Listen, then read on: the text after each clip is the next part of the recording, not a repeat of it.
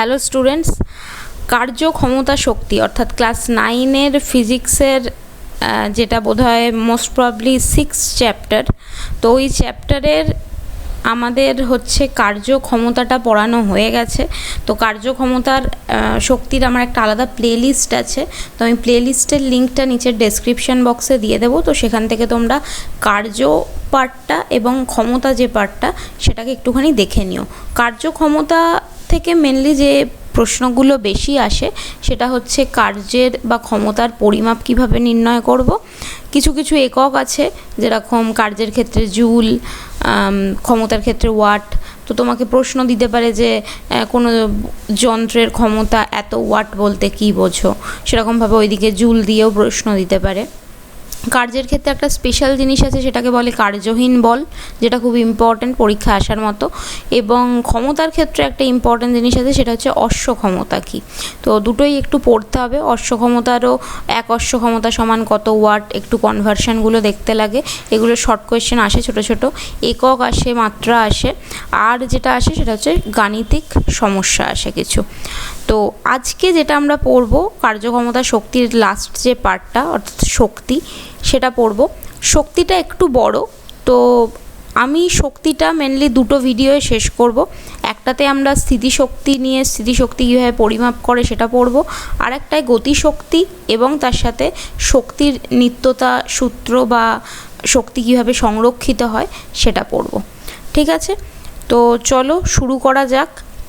আর এই শক্তিটা কমপ্লিট হলে আমরা ওইদিকে যে পরমাণুর গঠন চ্যাপ্টারটা আছে, যেটার আমাদের অলমোস্ট পুরোটা শেষ হয়ে গেছে শুধুমাত্র মোলের ধারণা বাদ দিয়ে। তো এই মোল কনসেপ্টটা আমরা হচ্ছে এরপরে শুরু করব। তো প্রথম ব্যাপার হচ্ছে শক্তি কাকে বলে, সোজা কথা। তো আমাদের এমনিতে বোঝানোর ক্ষেত্রে, মানে আমাদের নর্মাল কথাবার্তায় আমরা শক্তি আর ক্ষমতাকে বেশ ভালোভাবেই গুলিয়ে ফেলি। আমরা শক্তি বলতে আমরা বুঝি যে হচ্ছে যে কাজ করার ক্ষমতা আছে তাকে বলা হয় শক্তি, কিন্তু সেরকম কিছু নয়। শক্তি মানে যে কাজ করতে পারে, তার মানেই আমি ধরে নেব যে তার মধ্যে কিছু না কিছু শক্তি আছে। যেমন ধরো কেউ আছে, সে এক বালতি জল তুলতে পারে, কেউ আছে সে এক বালতি পুরোপুরি তুলতে পারে না, আধ বালতি তুলতে পারে, কেউ আছে যে একসাথে হচ্ছে 2 বালতি তুলে ফেলতে পারে। তো তার মানে কি, প্রত্যেকেরই কাজ করার কিছু না কিছু সামর্থ্য রয়েছে। তো যার যেরকম সামর্থ্য আছে সেই অনুযায়ী কি হচ্ছে, প্রত্যেকেরই কিছু না কিছু পরিমাণ শক্তি আছে। তার মানে আমি বলতে পারি, আমি যদি কারোর যদি কার্য তার পরিমাণটা যদি সে বেশি করে, তাহলে আমি বলতে পারি যে তার হচ্ছে মানে শক্তিটাও তার কিছুটা হলে বেশি আছে। ঠিক আছে, তো সোজা কথায় শক্তি কাকে বলে, তাহলে শক্তি হচ্ছে কার্য করার সামর্থ্যকে। সামর্থ্য মানে কি, সামর্থ্য মানে হচ্ছে কোনো জিনিস করতে পারে কি না সেটা। তো কার্য করার সামর্থ্যকে কি বলছে, আমার শক্তি। আর ওইদিকে আমার ক্ষমতা কি ছিল, ক্ষমতা সবসময় হচ্ছে কার্য করার হারকে ক্ষমতা বলে। সময় সবসময় কি হয়, ক্ষমতাতে মেনশন করা থাকে যে একক সময়ে এত কাজ করছে। তো ক্ষমতার শক্তির কিন্তু মেন পার্থক্য হচ্ছে এটাই, যে ক্ষমতার ক্ষেত্রে সময়ের একটা ব্যাপার থাকে, শক্তির ক্ষেত্রে সেরকম কিছু ব্যাপার থাকে না। তার মানে কোনো বস্তু সে যদি কাজ করতে সমর্থ হয়, তাহলে আমি ধরে নেব যে তার শক্তিও কিছুটা রয়েছে। তাই জন্যই কি হয়, যে কার্যেরও যা পরিমাপ হয় সেটাই কি হয়, শক্তির পরিমাপ হয়। তার মানে কার্য সমান সমান আমি বলতে পারি হচ্ছে শক্তি। ঠিক আছে, যার কার্যের পরিমাপ যেরকম, যে যেরকম কাজ করতে পারবে তার শক্তির পরিমাপও সেরকম হবে। তাই কি হয়, বস্তুর মধ্যে কৃতকার্য মানে বস্তুর দ্বারা কৃতকার্য এবং কি তার মধ্যে থাকা শক্তির পরিমাপ হচ্ছে সমান। তাই জন্য শক্তির ক্ষেত্রে আমাদের কি হয়, কিছুটা কাজ কমে যায়। কীরকমভাবে, যেমন আমরা যখন কার্য পড়েছিলাম, কার্যের ক্ষেত্রে আমাকে কি পড়তে হয়েছিল, আমায় একক পড়তে হয়েছিল, রাশি পড়তে হয়েছিল, মাত্রা পড়তে হয়েছিল। এবার যেহেতু এখানে কার্য আর শক্তির কার্য আর শক্তির পরিমাণ একই, তাহলে কি একক বলো, রাশি বলো, মাত্রা বলো, তিনটেই কি হবে, কার্যের ক্ষেত্রেও যা, শক্তির ক্ষেত্রেও তাই। তাই যে কোনো একটা মনে রাখলেই হচ্ছে, কাজ মিটে যাবে। তাহলে কার্যের একক কি ছিল, কার্যের একক ছিল হচ্ছে এসআই পদ্ধতিতে জুল। তাহলে শক্তিরও একক কি হচ্ছে জুল এসআই পদ্ধতিতে। রাশি কি ছিল কার্যের? কার্য এমনিতে হচ্ছে দুটো ভেক্টর রাশি, মানে বল ইন্টু সরণ আমরা কার্য পড়তাম। তো বলও হচ্ছে আমার ভেক্টর রাশি, ওইদিকে সরণও ভেক্টর রাশি, কিন্তু দুটো ভেক্টর রাশির গুণফল বলে কার্য ছিল হচ্ছে স্কেলার রাশি। এখানে আমার শক্তিও কি হলো? শক্তিও হলো স্কেলার রাশি। মাত্রা কি? তো মাত্রা যদি ডাইরেক্ট মনে রাখতে পারো তাহলে মাত্রাটা এমনিতে হচ্ছে ml² T⁻²। এটা যদি তুমি ডাইরেক্ট মনে রাখতে পারো তো ভালো, যদি ডাইরেক্ট না মনে রাখতে পারো আমি কার্যের ভিডিওতে বলেই দিয়েছি যে কোনো কিছুরই মাত্রা নিয়ে বেশি টেনশন করবে না, কিন্তু কি সেই জিনিসটা বের কিভাবে করতে হয় সেটা জানতে লাগবে। যেরকম কার্যকে আমি কিভাবে বের করতাম, কার্য বের করতাম হচ্ছে বল ইন্টু সরণ দিয়ে। তো সরণ তো হচ্ছে মিটারের মানে মানে মিটার মানে এটা হচ্ছে দৈর্ঘ্যের একক, মানে আমি এল দিয়ে এটাকে প্রকাশ করব লেংথ। আর বলকে যদি আমি জানি তো বলেরটা বসাবো, যদি বল না জানি আমি জানি বল সমান মানে এফ সমান সমান কী লেখে mA। তো তুমি আমি এখানে এমটা কি? এমটা হচ্ছে ভর, তাহলে ভর ইন্টু ত্বরণ, তাহলে ভর ইন্টু ত্বরণ ইন্টু সরণ করেও তুমি হচ্ছে মাত্রাগুলোকে তুমি বসাতে পারো। তো মাত্রা নিয়ে ভয় পাবে না। মাত্রা যদি মানে একদম পুরোপুরি মুখস্থ করতে গেলে, মানে মুখস্থ হলে খুব ভালো, যদি মুখস্থ না হয় চেষ্টা করবে ভেঙে ভেঙে করতে, ঠিক আছে? তো তাহলে কার্য আর শক্তির হচ্ছে একক, রাশি, মাত্রা, মানে যাবতীয় যা জিনিস সব হচ্ছে এক। তো তাহলে তো হয়েই গেল, কার্য শেষ মানে শক্তি শেষ। কিন্তু না, এত সোজা তো টিচাররা মানে যারা কোয়েশ্চেন সেট করে বা পর্ষদ এত তো সোজা জিনিস রাখবে না। তো শক্তির আমাদের যেটা পড়তে হবে, শক্তির ক্লাসিফিকেশান পড়তে হবে, শক্তির প্রকারভেদ পড়তে হবে। তো শক্তির প্রকারভেদ পড়তে গেলে আমাদের প্রথমেই যেই দুটো শক্তি পাবো সেটা হচ্ছে দু রকম শক্তি হয়। কি কি? এমনিতে অনেক রকমই শক্তি হয় যদি আমি দেখি, কিন্তু ব্রডলি ক্লাসিফিকেশান করতে গেলে দু রকম শক্তি হয়। একটাকে বলা হয় হচ্ছে স্থিতিশক্তি, একটাকে বলে হচ্ছে গতিশক্তি। কি সেই জিনিস? সোজাসাপটা কথায় স্থিতিশক্তি মানে হচ্ছে মানে এমনিতে তুমি যদি মানে নর্মালি দেখো যে কোনো বস্তুর মধ্যে স্থিত কোনো যদি শক্তি হয়, ধরো একটা বস্তুকে আমি রেখে দিয়েছি এখানে, তো বস্তুটার মধ্যে যদি কোনো শক্তি বর্তমান থাকে তো সেটাকে স্থিতিশক্তি বলে জেনারেল ভাষায়। আর গতিশক্তি মানে কি? কোনো চলমান বস্তু সে তার গতির জন্য যদি কোনো শক্তি বা কার্য করার সামর্থ্য লাভ করে তখন তাকে কি বলবো? আমি বলবো হচ্ছে গতিশক্তি। কিন্তু সংজ্ঞা যখন লিখতে হবে তখন একটু গুছিয়ে ভালো করে লিখতে হবে। তো আজকে আমাদের মেন যেটা মানে পড়ার বিষয় সেটা হচ্ছে স্থিতিশক্তি। তো স্থিতিশক্তিটা আমরা এবার ফ্রেশ করে শুরু করি। তো একটুখানি হেডিং করে নিই।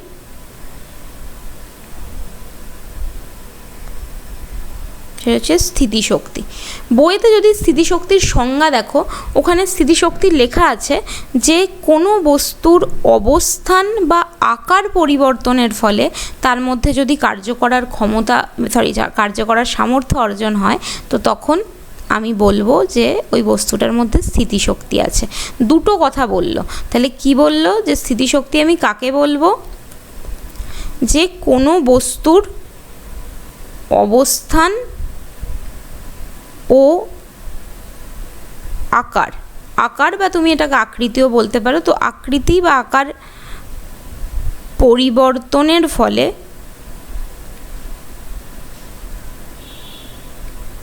ফলে যে শক্তিটা পাচ্ছি, ফলে যে শক্তি পাওয়া যায়, সোজা কথা, বা তুমি ভালো করে লিখতে গেলে কাজ করার যে সামর্থ্য জন্মায় সেটাকে বলছে স্থিতিশক্তি। এবার দুটো কথা রয়েছে, একটা অবস্থান একটা আকৃতি। ব্যাপারটা কি? তো উদাহরণ দিয়ে দিলেই পুরোটা ক্লিয়ার হয়ে যাবে। ধরো এরকম, ধরো একটা উদাহরণ দিই, যে তুমি যখন ধরো একটা এইটা ধরো একটা সারফেস, একটা তোমার তল, এই তলের মধ্যে তুমি কি করেছো? একটা পেরেককে এরম করে জাস্ট ঠেকিয়ে রেখেছো। পেরেকটাকে মানে একদম পুঁতে দাওনি, জাস্ট ঠেকিয়ে রেখেছো। এবার কি করলে? তুমি একটা এখানে হাতুড়ি বা একটা পাথর নিলে। এবার তুমি যদি পাথরটাকে এর ওপরে এরকম নর্মালি রেখে দাও, ঠিক আছে, এর ওপরে নর্মালি রেখে দিলে কি ওই পাথরটা কি ওই পেরেকটাকে ঢুকিয়ে দিতে পারবে? পারবে না, তাই তো? এবার আমি কি করলাম, এবার আমি এই পাথরটাকেই হচ্ছে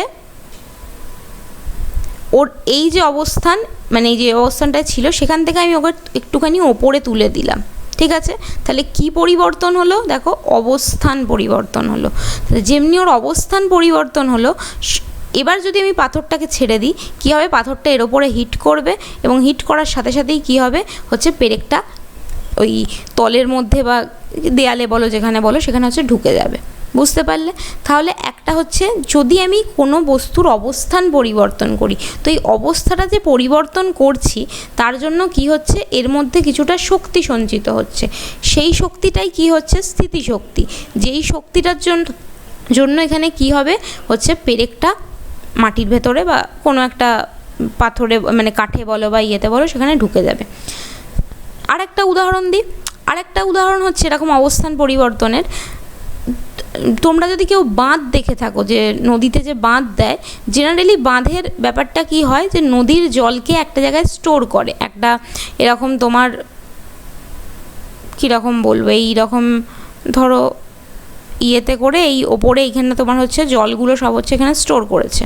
ঠিক আছে, আর এই বাঁধেরই এই পাশ দিয়ে তোমার হচ্ছে এরকম কিছু জল মানে ছাড়ার চ্যানেল রয়েছে। ঠিক আছে, তো তোমার এখানে জল রয়েছে আর এখানে তোমার হচ্ছে জল ছাড়ার চ্যানেল রয়েছে। জেনারেলি এই যে যেখানে তোমার জলটা স্টোর হয়ে থাকে সেটা একটু উচ্চতায় স্টোর হয়ে থাকে, মানে আমাদের যে নর্মাল সমতল সেই সমতলে নয়, তার একটু উঁচুতে ওটা স্টোর হয়ে থাকে। এবার সেখান থেকে এবার তুমি কি করলে, যখন তোমার ধরো জল লাগবে, তো এখানে হচ্ছে কিছু কিছু গেট থাকে, ওই গেটগুলোকে যেমনি তুলে দেয়, যেহেতু জলটা ওপরের দিকে স্টোর হয়েছিল, জলটা কী হবে ফোর্সফুলি হচ্ছে এখান দিয়ে বেরোতে থাকবে, এই তোমার যে চ্যানেলগুলো আছে এখান দিয়ে তোমার বেরোতে থাকবে। এবং সেই ওই ফোর্সটা মানে এই যে এটাকে ওপরের দিকে রাখার জন্য ওর যে অবস্থানের পরিবর্তনটা হয়েছিল, সেই অবস্থানের পরিবর্তনের জন্য ওই জলের মধ্যে কিছুটা শক্তি সঞ্চিত ছিল। ওই শক্তিটাই হচ্ছে স্থিতিশক্তি।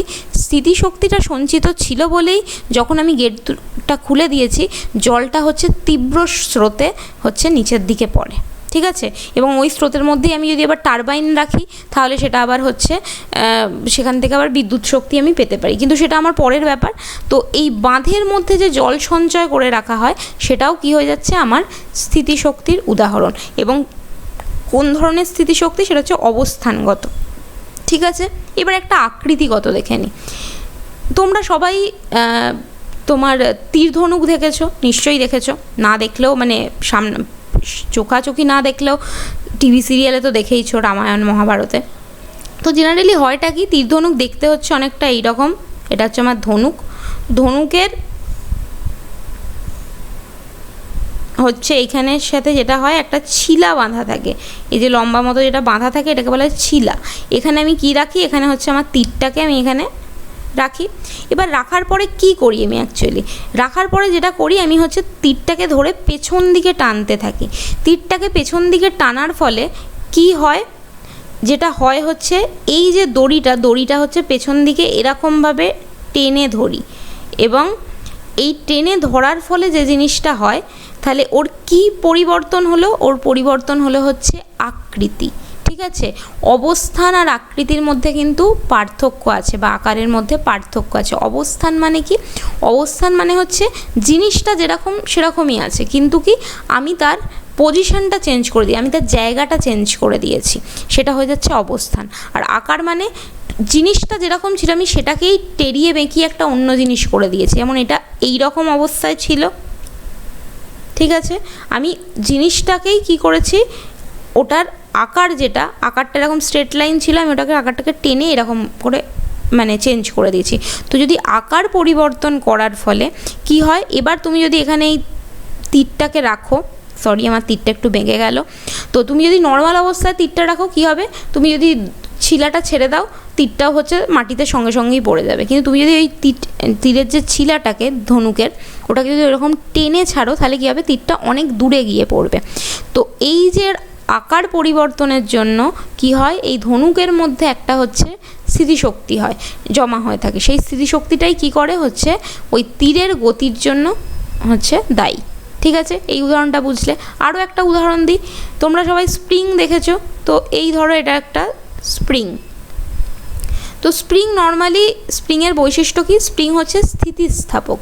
স্থিতিস্থাপক কথা মানে কি? মানে যেটাকে আমি চাইলে ইচ্ছা মতো বাড়াতে কমাতে পারবো জিনিসটা, সেটা মানে ওই বাড়ানো কমানোটা সহ্য করতে পারে। যেমন তোমাকে যদি আমি একটা লোহা দিই, সোজা কথায় যেটা হচ্ছে সেই লোহাটাকে তুমি বেশি তুমি নাড়াতে মানে এদিক ওদিক বাঁকাতে পারবে না নর্মাল অবস্থায়। তার মানে লোহা হচ্ছে খুব বেশি স্থিতিস্থাপক, মানে বেশি স্থিতিস্থাপক হলে আমি সেটাকে বেশি নাড়াতে চাড়াতে পারবো না। আর স্প্রিংটিংয়ের ক্ষেত্রে কি, তুমি এটাকে চাইলেই তুমি আঙুল দিয়ে একটু চাপ দিলেই ওটা এদিক ওদিক তুমি মাখিয়ে দিতে পারবে। তো তুমি কি করলে, এরকম একটা স্প্রিং নিলে, নিয়ে ওটাকে কি করলে, ওটাকে চাপ দিলে ওপর থেকে, তুমি এখানে একটা কি করলে, চাপ প্রয়োগ করলে, তাতে কি হবে, স্প্রিংটা আরও কাছাকাছি চলে আসবে। এরকম ধরো একটা হয়ে গেল কাছাকাছি। এবার তুমি চাপটা যেরকম দিলে, দিয়ে এবার কী করে তুমি চাপটা ওপর থেকে সরিয়ে দিলে, তো তখন কি হবে, দেখবে স্প্রিংটা লাফিয়ে চলে গেছে। এটা তোমরা সবাই জানো, তোমরা চাইলে করে দেখতেও পারো। তো এক্ষেত্রেও কি হয়, স্প্রিংয়ের এটা মানে প্রথম ক্ষেত্রে এটা তার নর্মাল বা সাধারণ আকার। তুমি তার সাধারণ আকারটাকে চাপ দিয়ে আকারটাকে তুমি একটুখানি পরিবর্তিত করেছো, তো তার ফলে কী হবে, ওর মধ্যে একটা শক্তি সঞ্চিত হবে, এবং সেই শক্তিটাই তোমার কী হলো, ওইভাবে ওটাকে লাফাতে সাহায্য করলো। ঠিক আছে, তাহলে স্থিতিশক্তির সংজ্ঞা বুঝতে পারলাম যে কোনো বস্তুর অবস্থান বা আকার পরিবর্তনের জন্য যদি তার মধ্যে কার্য করার সামর্থ্য অর্জিত হয়, তখন আমি তাকে কি বলবো, যে তখন ওই বস্তুটার মধ্যে স্থিতিশক্তি আছে। ঠিক আছে, এবার জিনিসটা স্থিতিশক্তির আবার কি তোমার দুটো টাইপ আছে। তো স্থিতিশক্তির কি দুটো টাইপ আছে? প্রথম টাইপটাকে তোমার বলে অভিকর্ষীয় স্থিতিশক্তি। ঠিক আছে, আর অন্যটাকে কি বলে? অন্যটাকে বলে স্থিতিস্থাপক স্থিতিশক্তি। ঠিক আছে, এবার এই জিনিসগুলো কি, দেখো আমি বললাম কি স্থিতিশক্তিতে দুটো কন্ডিশন আছে, একটা আইদার অবস্থান, একটা আইদার আকৃতি বা আকার। তো যদি আমি কোনো স্থিতিশক্তিতে অবস্থানটাকে মেন গুরুত্ব দিই, তো তার মানে কি, সোজা সাপটা ভাষায় আমি যদি সংজ্ঞা বলি, তাহলে তোমাকে সংজ্ঞা হবে যে কোনো বস্তু তার কি বা যেহেতু অভিকর্ষীয় আমি মেনশন করে দিচ্ছি, তো তোমাকে বলতে হবে পৃথিবীর অভিকর্ষ ক্ষেত্রের মধ্যে কি অবস্থান পরিবর্তনের জন্য যদি কার্য করার সামর্থ্য অর্জন করে, তখন তাকে বলবো তার অভিকর্ষজ স্থিতিশক্তি বা অভিকর্ষীয় স্থিতিশক্তি। তার মানে সোজা কথায় অভিকর্ষীয় স্থিতিশক্তি কিসের ওপর ডিপেন্ড করে? অবস্থানের ওপর। মানে এই অবস্থান আর আকৃতিটাকে এবার ভেঙে নিত, তো অবস্থানের ওপর যেটা ডিপেন্ড করবে সেটা অভিকর্ষীয় স্থিতিশক্তি, যেটা আর তোমার সামনে শুধু একটা কথাই মেনশন করতে হবে, সেটা পৃথিবীর অভিকর্ষীয় বল ক্ষেত্রের মধ্যে। কারণ আমি যদি পৃথিবীর বাইরে নিয়ে যাই, তাহলে নিশ্চয়ই আর অভিকর্ষীয় শক্তি আমার কাজ করবে না, কারণ সেখানে অভিকর্ষ বলটাই থাকবে না। তো সোজা কথায় আমার অভিকর্ষীয় ক্ষেত্রের মধ্যে আমি যদি কোনো বস্তুর অবস্থান পরিবর্তন করি, তাহলে বস্তুর মধ্যে যে শক্তিটা পাবো সেটা আমার অভিকর্ষীয় স্থিতিশক্তি। এবার যেটা সেটা স্থিতিস্থাপক স্থিতিশক্তি। স্থিতিস্থাপক, এই যে আমি বললাম স্প্রিংয়ের উদাহরণ, তার মানে আমি যদি কোনো বস্তুর আকার পরিবর্তন করতে গিয়ে বা আকার পরিবর্তন করে যে শক্তিটা অর্জন করছি, তাকে কি বলবো? তাকে বলবো আমার স্থিতিস্থাপক স্থিতিশক্তি। পরীক্ষায় আসে যেটা কয় ভাগে বিভক্ত, বা এমনি আলাদাভাবে প্রশ্ন দেয়, স্থিতিস্থাপক স্থিতিশক্তি বলতে কী বোঝো, এর একটি উদাহরণ দাও। তো তাহলে অভিকর্ষীয় স্থিতিশক্তির উদাহরণ তাহলে কি ওই তোমার একটা যে ভারী বস্তুকে তুমি ওপরে যদি তুমি ওঠাতে যাও, তাহলে সেই যে শক্তি আছে সেটা তোমার স্থিতিশক্তি। মানে কি, তুমি এক বালতি জলকে একতলা থেকে যে 4 তলায় তুললে, তো ওই বালতির মধ্যে যে শক্তিটা আছে সেটা হয়ে যাচ্ছে ওর অভিকর্ষীয় স্থিতিশক্তি। আবার কি, তোমার ওই যে বাঁধের মধ্যে যে জলটা সঞ্চিত থাকছে, এটাও তোমার অভিকর্ষীয় স্থিতিশক্তির উদাহরণ। স্থিতিস্থাপক স্থিতিশক্তির উদাহরণ কি? স্থিতিস্থাপক স্থিতিশক্তির উদাহরণ তোমার যেরকম একটা স্প্রিংকে আমি যদি ছোট করে সংকুচিত করি, ঘড়িতে যে অ্যালার্ম দেয়, অ্যালার্মের মধ্যেও কী হয়, একটা স্প্রিং থাকে, ওই স্প্রিংটাকেও আমি যখন দম দিই ইয়েতে, যদি এখন আর কে ওই রকম ঘড়ি ইউজ করে, সবার এখন মোবাইলেই অ্যালার্ম দেওয়া হয়। তো যাদের ওরকম পুরনো ঘড়ি আছে অ্যালার্ম দেওয়ার ঘড়ি, তো অ্যাকচুয়ালি কী হয়, ভেতরে হচ্ছে একটা স্প্রিং থাকে, ওই তুমি যখন দমটা দিচ্ছ অ্যালার্মের জন্য সেট করছো ওটাকে, তো এই স্প্রিংটা হচ্ছে সংকুচিত হয়ে ছোট হয়ে যায়। তো পরে ঠিক যখন তোমার ওই টাইমটা আসে যে টাইমে তুমি উঠতে চাইছো, তো ওই টাইমে কি হয়, ওই স্প্রিংটা আবার নর্মাল অবস্থায় চলে যায়, তো ওর আকারটা পরিবর্তন হচ্ছে, তো ওটা হয়ে যাবে কি স্থিতিস্থাপক স্মৃতিশক্তি। আর উদাহরণ কি, এই যেরকম তোমার ধনুকের বাঁকানোটা সেটা, বা তুমি যখন দেখবে গুলতি দিয়ে তুমি যখন ঢিল ছোড়ো, তখন ওর সেম ব্যাপার হয়, তুমি যে ওই গুলতির যে দড়িটা ওটাকে তুমি টেনে ধরো, তাহলেই কী হবে, ওর আকারটা চেঞ্জ হচ্ছে, তোমার তার মধ্যে কী হচ্ছে, তুমি শক্তিটা পাচ্ছ। ঠিক আছে, তাহলে এই হচ্ছে তোমার স্মৃতিশক্তির দুটো টাইপ। এবার আমাদের পরীক্ষায় এরপরে কী জিনিস আছে, এরপরে যেটা আছে আমাদের এই অভিকর্ষীয় স্মৃতিশক্তিটাকে হচ্ছে দরকার। এই অভিকর্ষীয় স্মৃতিশক্তির হচ্ছে আমাকে পরিমাপটা বের করতে লাগে, মানে পরিমাপ বলতে এর গাণিতিক রূপ হচ্ছে আমার লাগে। ঠিক আছে, তো সেটা আমরা দেখে নেব। তো অভিকর্ষীয় স্মৃতিশক্তির কিন্তু আমি তোমাকে বলেই দিই যে স্থিতিশক্তি অর্থাৎ অভিকর্ষীয় স্মৃতিশক্তির যে গাণিতিক রূপ সেটা পরীক্ষায় আসার চান্স কিন্তু খুব কম। হ্যাঁ, সেটা প্রশ্নে মানে তোমার অঙ্ক হিসেবে তোমায় দিতে পারে, কিন্তু গাণিতিক রূপ ইটসেলফ এটা হচ্ছে আসার চান্স খুব কম, কারণ গতিশক্তিটা এর থেকে অনেক বেশি ইম্পর্ট্যান্ট। তো চলো অভিকর্ষীয় স্থিতিশক্তির আমরা গাণিতিক রূপটা দেখে নিই। ঠিক আছে, তো অভিকর্ষীয় স্থিতিশক্তি, ঠিক আছে, অস্থির হয়ে গেছে, যাকগে, তো যেটা একটু শর্টেই লিখছি। তো অভিকর্ষীয় স্থিতিশক্তির কি করব, আমি দেখব হচ্ছে গাণিতিক রূপ।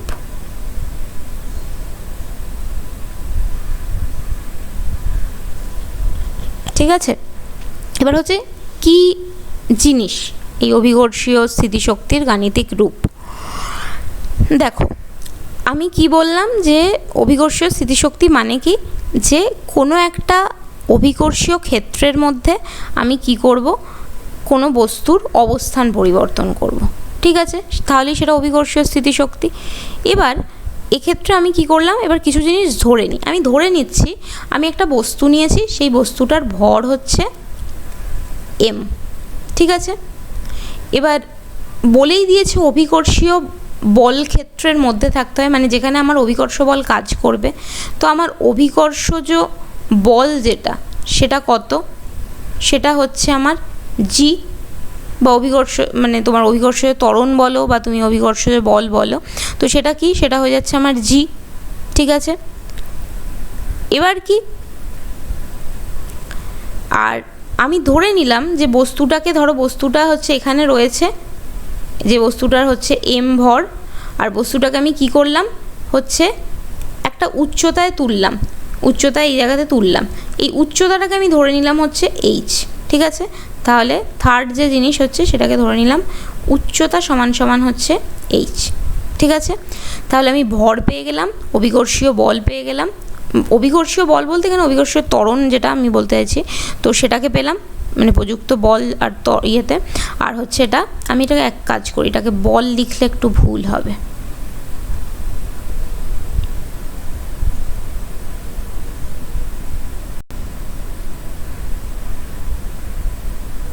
তো এটা অ্যাকচুয়ালি অভিকর্ষজ ত্বরণ। ঠিক আছে, এবার কি আমি বলেছি কি, যে আমার স্থিতিশক্তি বা যে কোনো শক্তি বের করতে গেলে আমার কি ওটা জিনিসটা, শক্তি মানেই আমি ধরে নেবো হচ্ছে সেটা কার্যের সাথে সমান। তো কার্যের আমি পরিমাপ কিভাবে বের করতাম, কার্য সমান সমান আমি লিখতাম হচ্ছে বল ইন্টু সরণ। আশা করি মনে আছে। তো বল ইন্টু সরণ, তাহলে আমাকে এখান থেকে বল ইন্টু সরণ দেখতে হবে, কারণ আমার কার্যেরও যা হবে আমি এটাকেই বলে দিতে পারি এটাই হচ্ছে আমার কি শক্তিও হবে, সেম জিনিস। ঠিক আছে, তো স্থিতিশক্তিতেও একই জিনিসই হবে। এবার দেখো, সরণ মানে হচ্ছে একটা দূরত্বকে বোঝায়। ঠিক আছে, আর বলকে আমি যদি ভাঙি তাহলে কি লিখি, আমি বলকে লিখি হচ্ছে, বল যদি আমার এফ হয়, এফ সমান সমান কী পড়েছিলাম সেই নিউটনের গতিসূত্রে, এম ইন্টু এ। এমটা কি, এমটা হচ্ছে ভর আর এটা হচ্ছে ত্বরণ। এবার দেখো তুমি এই জিনিসগুলোই এখানে পাচ্ছ কি না, ভরটা কি, ভর হচ্ছে আমার এম, ত্বরণ কি, এক্ষেত্রে ত্বরণ মানে অভিকর্ষীয় ত্বরণ, সেটা কি আমার জি। তার মানে কি, আমি যদি বলি বস্তুটার বল কত, তার মানে বল হচ্ছে mg, কারণ ভর ইন্টু ত্বরণ হচ্ছে। আর সরণটা কি, এই যে বস্তুটা আগে এখানে ছিল, এই বস্তুটাকে আমি তুললাম এখানটায়, h দূরত্ব গেল, তার মানে এইচটা হচ্ছে কি আমার সরণ। ঠিক আছে, তাহলে এটাই আমার উচ্চতা, এটাই হচ্ছে আমার সরণ। তাহলে আমার অভিকর্ষীয় স্থিতিশক্তির মান কি হবে, বা কার্যের মান কি হবে, বল ইন্টু সরণ, বা আমি লিখতে পারি mg ইন্টু এইচ, বা শর্টে mgh। তার মানে অভিকর্ষীয় স্থিতিশক্তির পরিমাপ, বা সোজা কথা আমাদের তো একটাই স্থিতিশক্তি পড়তে লাগছে, তো স্থিতিশক্তির পরিমাপ যদি বলে তাহলে সবসময় হচ্ছে তার ফর্মুলা mgh, সব থেকে সোজা ফর্মুলা, কিচ্ছু নেই এতে। এবার দুটো আমি একটু অঙ্ক দেখে নিই, যেখান থেকে অঙ্ক কীরকম দেয়। এটা হচ্ছে গাণিতিক রূপ, যেটা আসার চান্স আমি বলেই দিচ্ছি খুব কম, 10% যদি মানে আসে তো আসবে কিছু কিছু স্কুলে, কিন্তু জেনারেলি ওরা দেয় না।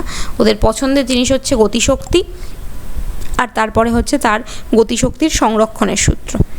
তো এবার চলে আসি হচ্ছে দুটো অঙ্কে। তো প্রথম অঙ্ক বলছে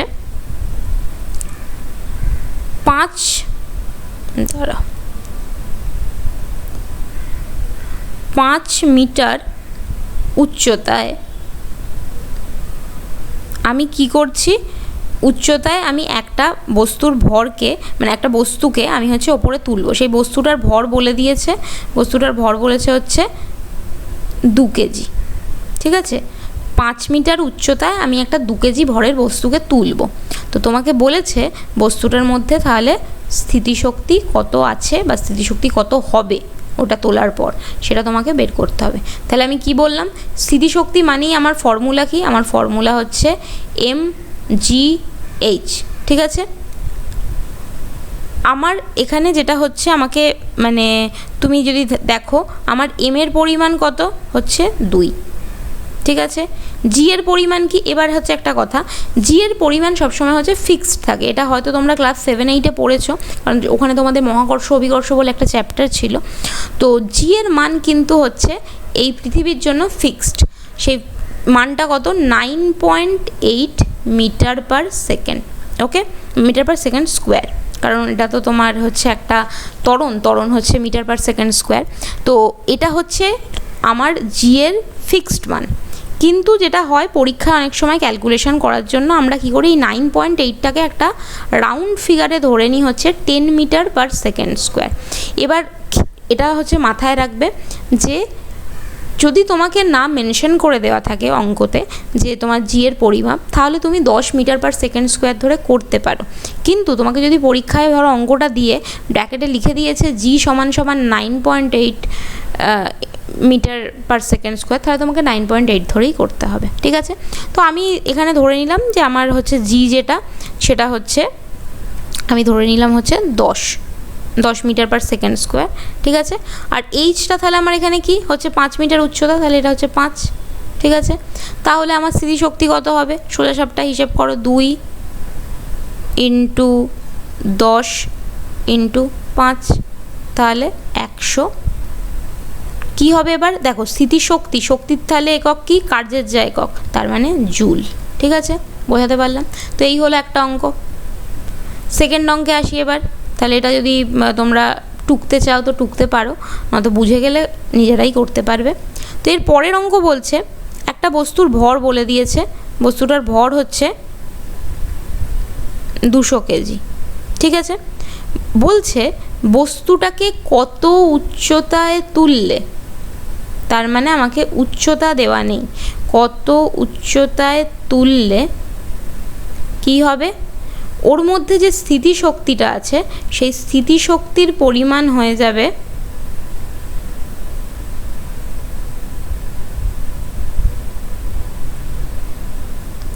9800 জুল।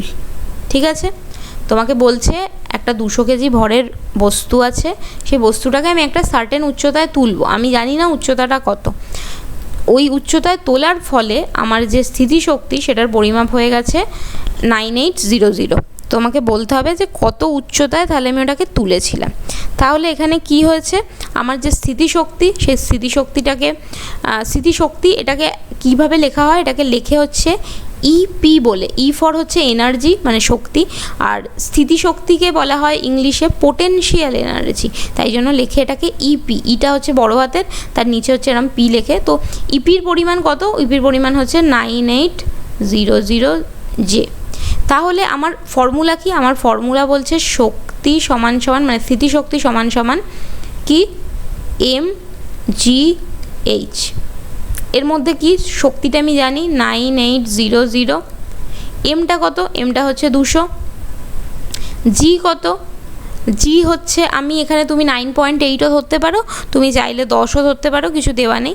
ধরো আমি এখানে 9.8ই ধরছি। কেন 9.8 ধরছি, কারণ এখানেও 98 আছে, তো তাহলে কাটাকুটি করতে সুবিধা হবে।